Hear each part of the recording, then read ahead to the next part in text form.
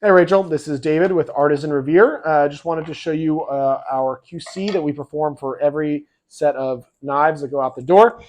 Um, this is your small petty knife, your Midnight Black small petty knife. This is your Midnight Black paring knife. So let's run through our QC protocol. So first thing I'm going to do is I'm going to cut magazine paper with your knife.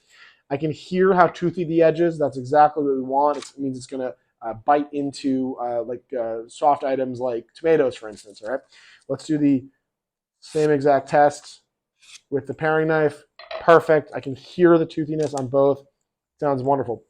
I'm going to make sure that the pins are nice and flush with the handle. They are. I'm checking the front of the handle to make sure it's nice and soft. It is. I'm going to inspect between the black Richlite, the white G10, and the Tang to make sure there's no gaps. There aren't any. I'm checking in this area right here to make sure that the choil is nice and soft. Ooh, yeah, that's perfect. And then same thing on the spine of the blade. I'm going to visually inspect the edge. Perfect. And now I'm going to run it through my fingernail. And let's do the exact same thing on the paring knife.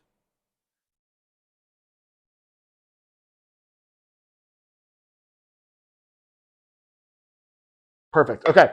Some quick instructions. So if you're going to store them in their leather sheaths, make sure you match up the AR and the AR on the AR on the knife and the AR on the leather sheath for two reasons. Number one, it creates some friction, so your knife's not going to fall out. Number two, the bottom of the sheath has a welt, and that means it's an extra piece of leather. It means you're not going to cut through it. If you put it in upside down, there is no welt on the top, right? So you can cut right through the stitching. It will fit. I just want you to see this.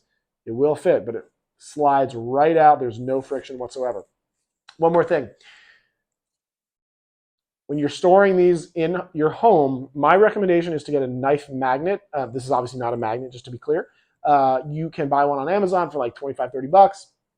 I would not get one that has metal exposed. I would want a wooden one, so the magnets are on the inside. Make sure you get a strong one.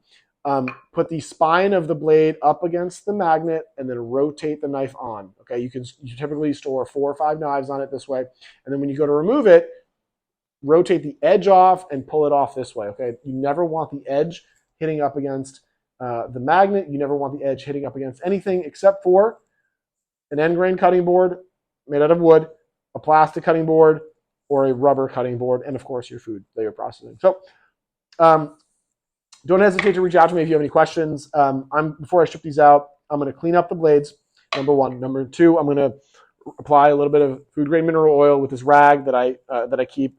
Its exclusive use is for food grade mineral oil addition to knives. So again, if you have any questions, don't hesitate to reach out. You have my cell. Thank you so much.